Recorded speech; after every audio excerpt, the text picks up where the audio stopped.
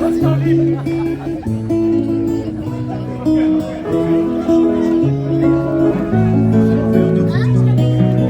l'épouse modèle, le brillant du foyer, toi qui n'as point d'accroc. Je dédie ce moment. Une fois n'est pas coutume, parce que généralement on garde ça pour nous, mais cette fois-ci vraiment je veux le faire.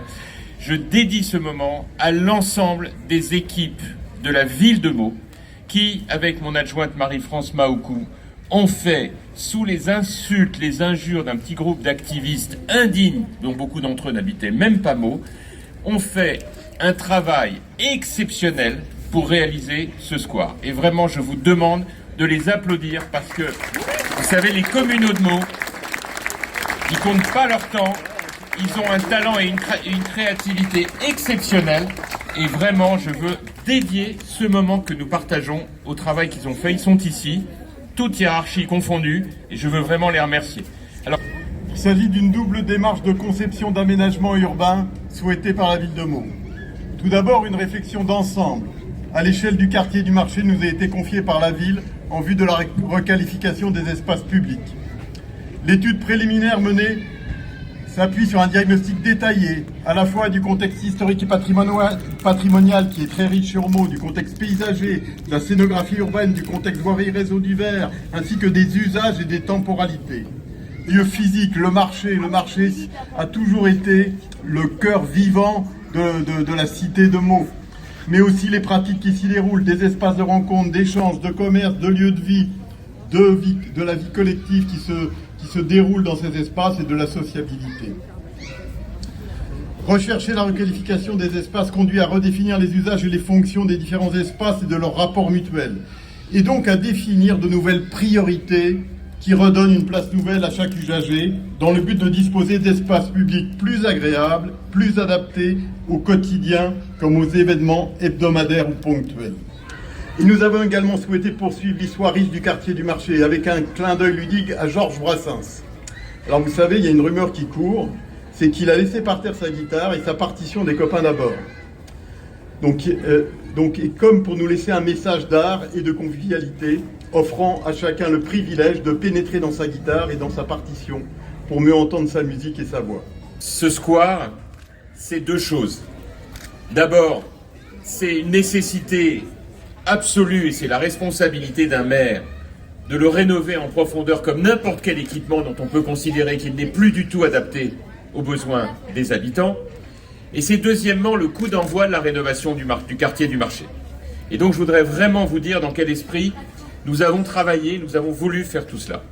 Le premier point, c'est que dans une ville qui aspire, comme c'est le cas de la nôtre aujourd'hui, à être toujours plus belle et plus attractive, à tourner petit à petit son orientation vers l'avenir, il est indispensable qu'elle respecte un certain nombre de critères. Parmi ces critères, il y a la sécurité, sur laquelle, vous le savez, je ne lâcherai jamais, parce que c'est le préalable à toute vie en société, et c'est deuxièmement le développement durable et l'écologie. Nous sommes au XXIe siècle, c'est-à-dire un siècle où nous avons tous bien compris que nous avons à apporter notre pierre à l'édifice de la préservation de la planète. La seule chose, c'est qu'on ne peut pas culpabiliser pour ceux qui ne font pas leur devoir. On ne peut pas continuer tout le reste de notre vie à nous dire « c'est fichu, on va mourir », c'est pas possible. On ne peut pas dire ça à nos enfants. Ce qu'on peut dire à nos enfants, c'est on va faire le maximum à notre échelle. À l'échelle de la France, à l'échelle de l'Europe, qui est notre continent, de la France qui est notre pays, et à l'échelle de Meaux qui est notre ville. C'est notre devoir, et c'est à ça qu'on travaille. On ne va pas corriger les Chinois, on ne va pas corriger les Américains, on ne va pas corriger les Russes. C'est un appel à la responsabilité mondiale, c'est aux organisations internationales et aux chefs d'État de le faire. Nous, à notre petit niveau, on ne peut pas prendre sur la tête tous les malheurs du monde, sinon on aura une nation qui, sans arrêt, continuera de se fissurer. Donc on est là pour faire notre travail à notre niveau, modeste mais réel.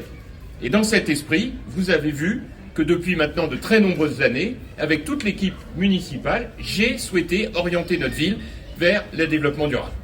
C'est pour ça que vous avez 45 km de pistes cyclables que nous avons réalisées en un temps record, que vous avez un parc naturel magnifique, le plus grand d'Île-de-France, le parc du Paty, 170 hectares, qui est juste formidable. Et tous ceux qui le pratiquent le savent, parce que c'est pour tout le monde, les sportifs, les non-sportifs, les seniors, les juniors, les gens qui viennent avec leurs enfants, avec leurs parents, leurs amis, le bord de Marne, c'est ce que nous avons voulu. C'est dans cet esprit qu'a été imaginé ce square Georges Brassens rénové. Alors d'abord un mot sur Georges Brassens. Personne n'a jamais imaginé qu'il ne continue pas de s'appeler le square Georges Brassens. Je suis désolé pour les jeunes générations qui ne connaissent pas. Je ne me suis entouré que d'enfants qui doivent se dire mais c'est des grands malades. Qu'est-ce que c'est que ce Georges Brassens dont on n'a jamais entendu parler alors qu'il y a tellement d'artistes que l'on connaît, qu'on suit sur TikTok. Eh ben Georges Brassens, juste vous entendez ce que je vous dis, découvrez au fil de votre vie les chansons et les poèmes de Georges Brassens. C'est un des plus grands poètes français. Et tout à l'heure, quelqu'un que je connais bien, qui ne partage absolument aucune de mes idées, de manière jubilatoire me disait « Mais enfin, c'est un anarchiste ». Bah oui, c'est un anarchiste, mais c'est pas grave. Il fait partie du patrimoine, évidemment. Et ce qu'il raconte est évidemment formidable. Parce que ce sont des messages pour la paix, ce sont des messages pour l'amour, ce sont des messages pour la bienveillance. Et c'est écrit dans une langue formidable, qui est la langue de Molière et de Brassens. Donc oui, bien sûr, Georges Brassens. Alors d'où le petit clin d'œil de la guitare, qui n'enlève évidemment rien à l'esthétique d'ensemble de ce square. Deuxièmement, nous avons évidemment, quand on a réfléchi à la modernisation de ce square, on a entendu qui? Les commerçants et on a entendu les riverains qui nous ont dit « nous ne pouvons plus vivre dans ces conditions ». Les arbres sont très vieux, ils sont envahissants et contrairement à ce qu'on raconte, pour nous, c'est une nuisance de tous les jours. Sans compter naturellement les innombrables incidents rapportés par mes administrés, les racines qui sont sorties de terre et qui conduisent naturellement à des risques parfois avérés d'accidents pour les petits, pour les personnes à mobilité réduite, pour les seniors. Bref, il y a un moment où quand vous êtes maire, et quels que soient les reproches, les a priori et les préjugés, vous êtes obligé de prendre des décisions. Et c'est pour ça que nous avons imaginé un nouveau square Georges Brassens. Ce nouveau square Georges Brassens devait tenir compte d'un certain nombre d'impératifs. Premièrement, remplacer ces arbres, dont certains en plus étaient condamnés, remplacer ces arbres par des arbres garantissant le même ombrage, en mieux, en étant moins envahissants, tant pour les racines que pour l'ombre qu'ils portent. C'est ce que nous avons réalisé. Ces arbres que vous voyez ici, il y en avait 12, il y en a 16, sont évidemment beaucoup plus adaptés au temps d'aujourd'hui. 60% d'ombre, et donc assez de lumière quand même, pour pouvoir profiter de l'ombre comme du soleil, y compris dans les périodes chaudes. Mobilier urbain pour les enfants, complètement rénové. J'observe qu'il a un certain succès. Je suis persuadé qu'il en aura encore beaucoup d'autres. Et un espace partagé ici pour permettre aux commerçants, juste ici, notamment nos amis de la brûlerie, dont je suis sûr qu'ils sont maintenant enthousiastes et unanimes à l'idée de pouvoir découvrir ce magnifique équipement, pourront voir leurs clients heureux et profiter pleinement de la vie dans ce nouveau square. Enfin, je vous le disais tout à l'heure, c'est le coup d'envoi de la suite de la rénovation du marché. Parce qu'au fil du temps, nous allons proposer aux habitants du quartier, puis à tous les Meldois, parce que tous les Meldois viennent dans la halle du marché, une rénovation. Il faut rénover la halle, je ne vous fais pas un dessin, elle n'est pas aujourd'hui dans un état extraordinaire. C'est un énorme investissement, et compte tenu de la crise économique, je suis un peu obligé de faire attention aux dépenses, mais ce sera évidemment une priorité que de la rénover, tout en la préservant. Parce qu'elle est historique, cette halle. Si vous regardez les vieilles cartes postales du début du siècle, c'était déjà cette halle. C'est une halle qui est sur le modèle du pavillon Baltard, pour ceux qui connaissent dans le Val-de-Marne. Et cette halle est historique puisque, en réalité, pendant des années, les cultivateurs de la Brie y apportaient leur production pour que tout le monde se retrouve ici et fasse ses achats de céréales, de pain, de produits, et puis naturellement de Brie de Meaux, évidemment, le meilleur fromage du monde. Donc, dans ce contexte, évidemment, nous allons faire une rénovation qui se prolongera encore pour permettre une nouvelle visibilité par rapport à la cathédrale. C'est ce travail-là que nous allons entreprendre. Je ne vous en donne là que les grandes lignes. On va travailler avec vous sur ce sujet, mais évidemment, ce sera pour l'avenir un élément absolument clé. Enfin, pour finir, je voudrais vous dire simplement une chose. Dans ces moments-là, c'est comme ça. Ah, mais j'en ai oublié. Mais évidemment. Et Lydia a raison. Et elle a d'autant plus raison que les deux commerçants en question, dès le début, ils m'ont dit « Monsieur Copé, foncez, il faut le faire, ce projet ». le restaurant c'est comme ça. Évidemment, et le magasin de vêtements Estève.